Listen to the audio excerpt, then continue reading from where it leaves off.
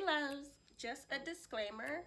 I'm describing my personal experience. I don't want you guys to think or assume that your story has to be similar to mine in order to reach your dreams. Okay, so just so I put that out there. So I am going to tell you guys about my personal experience on how I became a designer. Sorry if I keep looking down. I have like notes here so I can make sure I tell y'all all the tea. So if you don't know yet, my name is Justine and I am the designer of my line called Kamani. So basically I specialize in making gowns, but I do design other things like skirts, pants, tops, anything outside of dresses, of course. I could design anything but like men's clothes. I just can't. I'm not there yet. So yeah, so as you see, my specialty are lace gowns. And yes, this piece that I have on is Kamani. It does come with a pant. It's supposed to be like a lace pant going on, but you know, I don't want to get what's it called, demonetized or wherever where you don't get your coin. Yeah, I can't do that. I started Kamani, I want to say, I think it's been 6 years since I started. And so I'm gonna go all the way back to why I even got into fashion in the first place. So when I was about, I wanna say 8, I started this obsession with this cartoon character called Sailor Moon. I was more so obsessed with like their costumes and how they transformed and, you know, did all this crazy stuff when they turned to these superheroes. And I would draw different Sailor Moon characters in dresses that I would envision them wearing. So like for example, I would vision Sailor Moon in a lace pantsuit like this, so I would draw it. Here, my mom started to notice that I was drawing really good, and she asked me, do I want to take sewing classes? And duh, of course I say yeah to that. I have my sewing classes at Joann's, and I'm gonna be real with y'all. I was bad. I was really, really bad. Like, I did not do good at all. I was terrible for about like a year until it finally clicked. My mom had to take me out of the sewing classes. I didn't want to stop because I was just starting to get good at it. So what I would do is I would take all my clothes inside out and take them apart, figure out how to put them back together or rearrange different ways for me to turn them into something new. So I kept doing that for all the way up until like high school.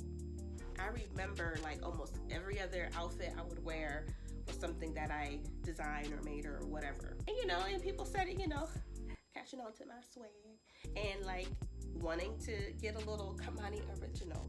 Some people didn't have cash to give me, so I'll be like, okay, I'll make you this shirt for like for your lunch card for about a week. Now if you went to a ghetto school like mine, then you would know that they had lunch cards. You would know what lunch cards are.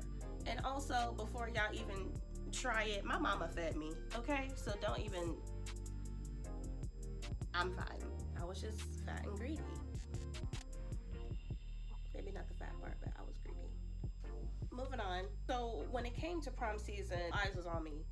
All eyes was on me as far as like, oh my gosh, what is she gonna wear? I made sure that I slayed my prom down, okay? My best friend was my prom date, and we are still best friends. Like, oh my God, I think we've been friends now for like 16 years. That's my dog. Say that right, Mom. That's my dog. If anybody gotta say anything, you let me know. That's my dog. So, yeah, my dress is hot today. Prom, the way that I saw others react to my prom dress, that's when I knew gowns was me. Like, gowns was my thing. Like, you can't take that from me. Like, I know what I'm doing when I come to these gowns. Period. I went to Chaffey College.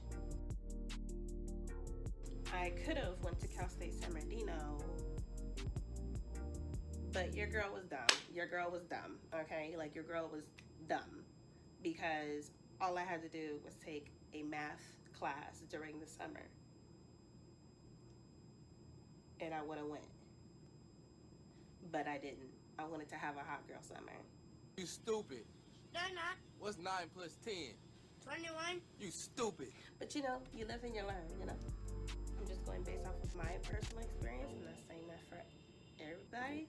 But if I never knew how to sew from Joann's when I was like 8, then I would have learned a few things new.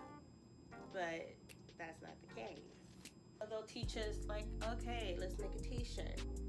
Okay, let's make a tote bag. I made my own prom dress. I think I know how to make a pillowcase. I just remember I was having so much debt and like student loans, and on top of that I didn't learn anything. So I feel like I put myself in debt and I didn't get nothing in return. I called my mom and I was venting to her and telling her how I feel. She pretty much told me, you know, how about this? How about you take a semester off and you just focus on making Kamani a brand. And if you like the results, keep going. If you don't, then go back to school. Take a semester off. And if you like the results, keep going, do you. Or if you don't like the results, then go back to school.